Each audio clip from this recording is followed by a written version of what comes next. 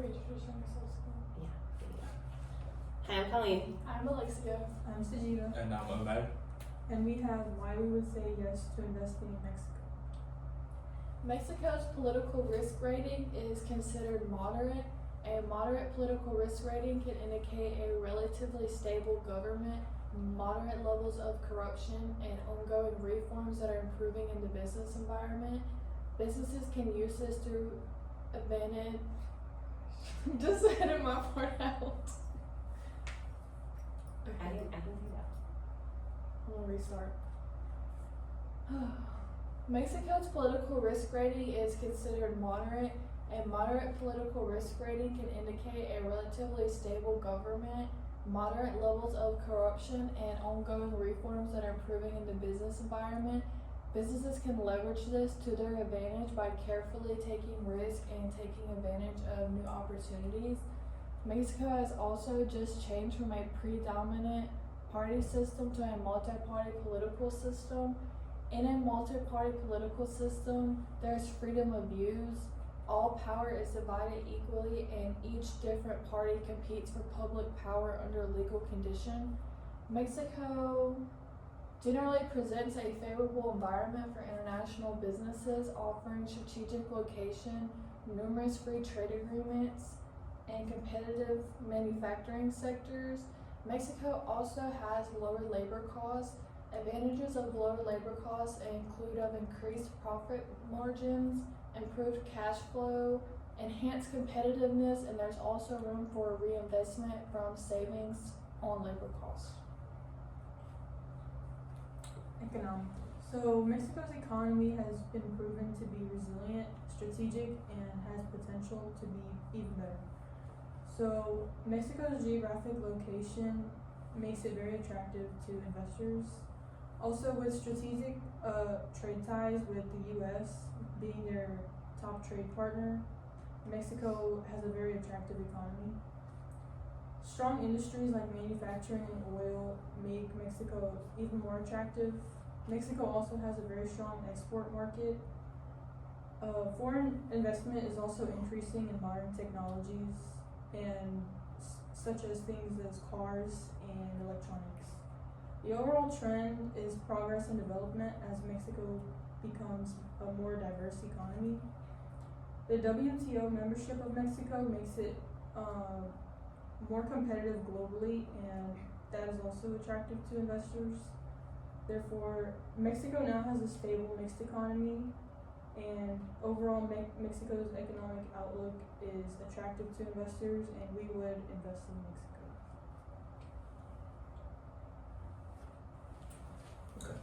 Social shifts and cultural trends in Mexico, I divided this part into 5.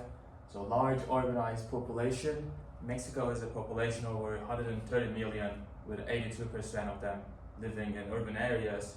So, this trend creates an ideal environment for businesses targeting dense and growing urban markets in sectors such as retail, technology, and consumer services. Unified language landscape. With 93.8% of population speaking only Spanish, businesses can streamline communication and branding efforts, reducing the complexity and the cost associated with multilingual marketing strategies. Strong cultural and family values. The dominant religions are Roman Catholic 78% and Protestant and Evangelical 10%, reflecting the culture created on tradition, family, and community. So brands that align with these values are most likely to build trust and loyalty.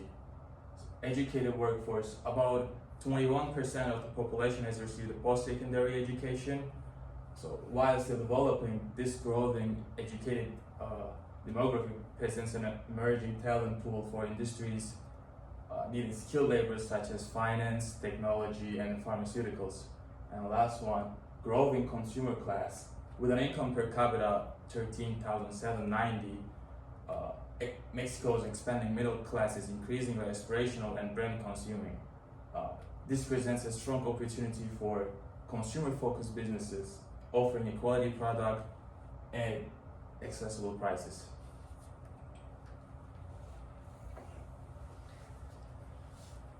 So for the technological environment, let's start by looking at the strengths. First off, the country has a robust infrastructure, including 100% access to electricity, which matches the US, Brazil, and Costa Rica. The mobile penetration is 100 subscriptions per 100 people, which is on par with Brazil and not far off from the US. This suggests widespread digital access and mobile engagement. Internet access covers about 81% of the population, while it's slightly behind countries like Costa Rica and the US. It still reflects strong digital integration that supports business operations. Mexico continues to be an attractive destination for manufacturing, particularly in industries like automotive and electronics. This is largely due to its efficient infrastructure, which helps reduce operational costs and streamline logistics. The country also benefits from trade agreements like the USMCA, which gives investors favorable market access and regulatory alignment with the US and Canada. Another positive trend in Mexico's investment is technological education.